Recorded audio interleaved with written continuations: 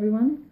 So today I have a little bit of a different book haul for you. None of these books are YA, dystopian, fiction, romance, action, none of them. They're all books that help you expand your brain on certain topics, and I think that's important because I don't know if you've ever watched an episode of Jeopardy or not, but these people, you ask them anything and they will give you details on the randomest topics or seem experts on something that they're probably not experts on. And that's because I'm sure every once in a while they pick up a book on their interests that helps them expand their point of view. And that's definitely important. We want to be well-rounded people. We want to know what we're talking about when we're talking about something, especially if we're already interested in certain topics. So these are topics that I'm naturally interested in. And so, of course, when I saw these books, I decided, yes, I'd like to learn more. The first book that I picked up was by Aaron Copland, and it's What to Listen For in Music. This is especially important because I don't have an ear for music. I never went to school for music, and I would like to appreciate classical and jazz a little bit more just because it's so valuable, and I definitely want to expand my understanding of music. So I picked this up. It also got really good reviews, so I'm looking forward to it, and I hope that it's approachable. It seems as it is, and it's a short read, so I'm definitely going to fly through this one, and I can't wait to come out with new perspectives on music and having a whole new ear for it. Another book that I picked up was 100 Ways to Improve Your Writing, and that's by Gary Provost. This is an extremely approachable book. I'm about halfway through it, and I'm not in school right now, and I definitely don't want to lose my abilities because I don't know if it's ever happened to you that when you get out of school and then when you're back in the semester or back in your year, you almost forget how to write just because we're so used to typing. I don't want to forget any of the skills that I've learned, so this is definitely a good read. And again, it's a really short one. I mean, I think it's important to pick up shorter books when you're trying to just expand your brain on certain topics because humans have a short attention span. So if the book is a little bit shorter and more concise, then you're more likely to remember more of it. So 100 Ways to Improve Your Writing. The next book that I picked up, I actually did not pick it up, it was given to me. I used to work for Greenpeace. I'm a little bit of an environmentalist, and so one of my friends who used to work at Greenpeace with me donated this book to me, which is called Climate Cover-Up. This is about the different points of view that the media spins on the climate, and it gives us a lot of scientific fact. And that's definitely important. Sometimes for fun, I like to click on different news channels and hear the same news from different perspectives on the same day. And it's amazing how breaking news can be warped and how it can seem completely different and how lacking it is in fact.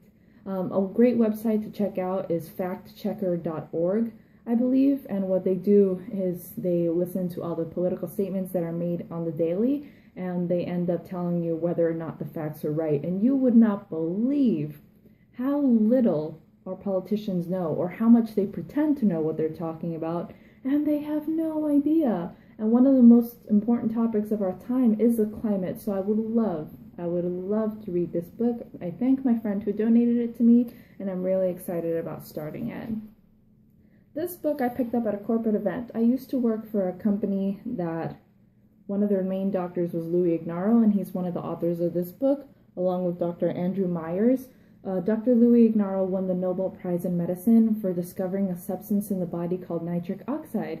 You can actually make a drink, which he designed, and when you drink it, your body will produce more nitric oxide. The amazing thing about that substance is because in the body, it helps you prevent heart attacks, it helps you live longer, and it just cleans out your body, it gives you strength, it gives you stamina. It's incredible what it does. It's kind of like the fountain of youth.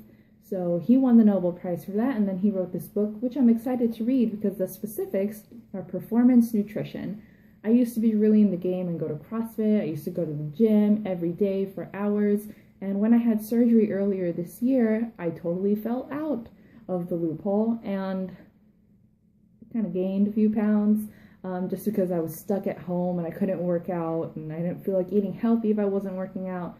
So this month, I'm finally got the okay to go back to the gym, and so I'm really excited to read this book and to be on top of everything and to know what anaerobic endurance is and to know what L-arginine is, and to know how to work with protein and antioxidants and omega-3s, and to be able to understand them. I'm sure if I was asked anyone if they've heard of them, they certainly have.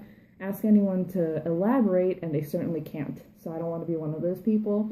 I love being healthy, and I can't wait to read this one, especially because it's from a Nobel Prize winner, and it's incredibly approachable. It's color-coded. I love it. That kind of stuff helps you with your memory.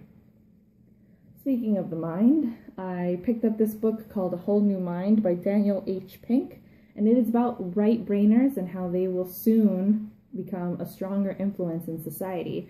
Right now, the left-brainers of the world are the accountants, they're the lawyers, the software engineers, and they're pretty much people that run the show. But this book talks about the special traits of right-brainers and how the creative community will come to become more of an influence in our society. And I love that. I definitely consider myself more of a right-brainer, more of a creative type, and I wanted to play up my strengths by reading this awesome book and getting a different perspective on how the creative community pitches in and is a very strong underlying force in our world.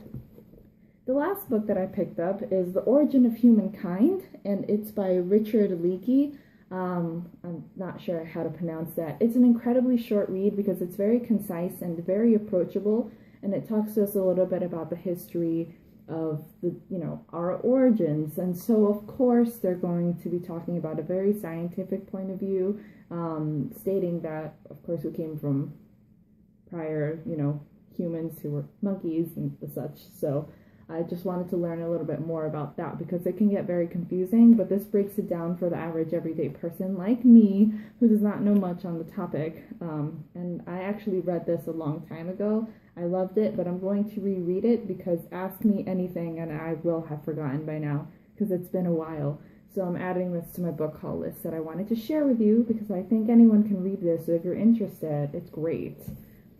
That is my book haul. I'm really excited about all these reads. I think that becoming mini experts on our interests will expand us as our brains as a person.